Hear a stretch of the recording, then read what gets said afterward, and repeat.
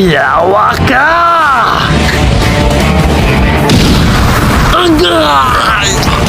Ayan, sigurado na talaga ako nito. Walang nakakaligtas sa aking bimbang impa, kaya panigurado talaga na hindi ka na makaka-finger pa. Sa tuwing ginagawa niyo yun sa puno ng saging, anong tumatakbo sa isipan niyo? Anong nararamdaman niyo tuwing ginagawa niyong bagay na yon? Parang ano lang, naglululu. Ngayon, sino sa atin ang walang bitaw? Sinasabi ko naman sa'yo, di ba ka? Hindi ka tatagos, putang ina mo. Ano, sa bayan na ba? Tingnan lang natin kung may bitaw ka talaga tulad ng ginasabi nila.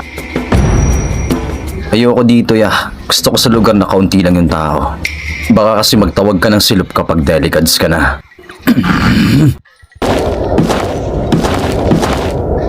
Naghuwat ka ba sa ako Pasensya ka na, nag-update lang ako sa ako ang asawa. Meron lang akong katanungan sa imo.